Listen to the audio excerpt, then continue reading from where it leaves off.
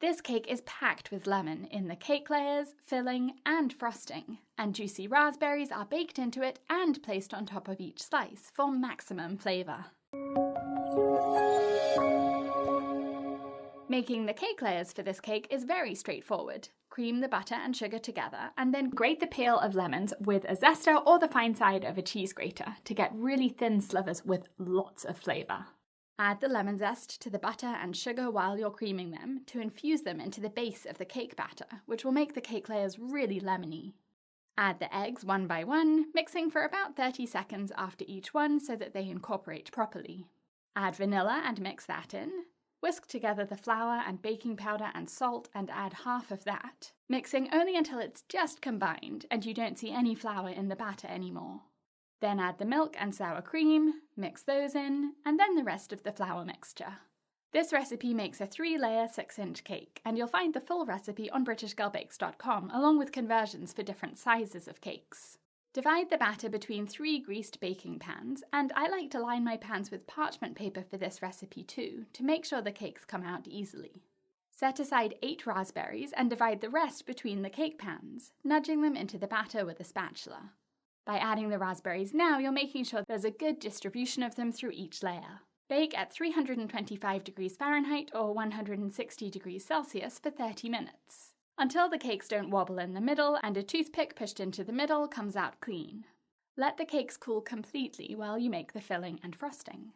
For the filling, you'll need lemon curd. It's easy to make if you're patient enough to let it cook slowly. Put all of the ingredients into a small saucepan and heat over a low or medium-low heat, depending on your stovetop. By cooking lemon curd very slowly and gently, you'll prevent lumps, so your lemon curd will be beautifully smooth. It takes about 30 minutes to cook over a low heat, so if you're in a rush, buy a jar of lemon curd instead. But homemade lemon curd is one of the best things I've ever tasted, so if you have time, I really recommend making it from scratch.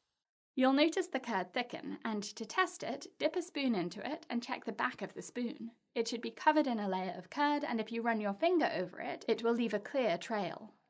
Pour the curd through a sieve and then cover it in plastic wrap, pushing the plastic down onto the surface to prevent a skin forming on the curd. Put it in the fridge and it will thicken as it cools.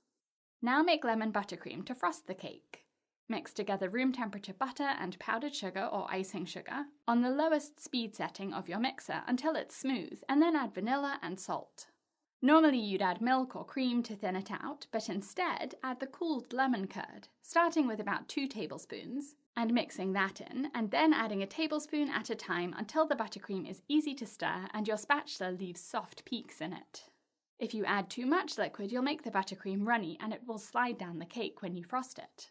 Spoon some of the buttercream into a piping bag without a piping tip, and you'll use this for the filling in a moment. To assemble your cake, pipe a dot of lemon buttercream onto the middle of a cake board, and then press your first cake layer into that. This will hold it in place when you frost it later. Spread a thin layer of buttercream onto the cake, and then pipe a ring of buttercream around the outer edge. This is called a buttercream dam, and it holds the lemon curd in place, so it doesn't ooze out from between the cake layers. The thin layer of buttercream on each cake layer stops the lemon curd absorbing into the cake, so that you really notice it when you bite into the cake. Place the next cake layer on top and repeat. Cover the cake in a thin layer of buttercream to trap any crumbs that come off the cake, and then put the cake in the fridge for 30 minutes or the freezer for 15 minutes to set that layer of frosting. Then spread another layer on top, which will be crumb-free. And since this is the final layer of frosting, it's worth taking your time to get the sides smooth and the top flat and level. I teach in lots of detail how to frost a cake in my online courses, The Basics of Cake and also The Basics of Buttercream, and you can sign up for those on my Cake School or join my Club Plus to get access to every master course, mini course and live workshop. The link is in the top of the screen and in the video description. To decorate this cake, use those 8 raspberries you set aside earlier and arrange them around the cake, placing them opposite each other so that they're evenly spaced. Scoop up the last little bit of buttercream and put it in a piping bag fitted with a star tip like a 1M tip. Pipe swirls or ruffles in between the raspberries, and by counting the number of times you go back and forth and keeping the number the same for each ruffle, all of your piping will be the same height. Lemon curd needs to be refrigerated, so keep this cake in the fridge if you make it the day before, but take it out 2 to 4 hours before you serve it, so that the cake and frosting come to room temperature when it tastes the best. I love the cross-section of these slices. The pairing of the sweet lemon buttercream with the tangy lemon curd filling and juicy raspberries is absolute perfection.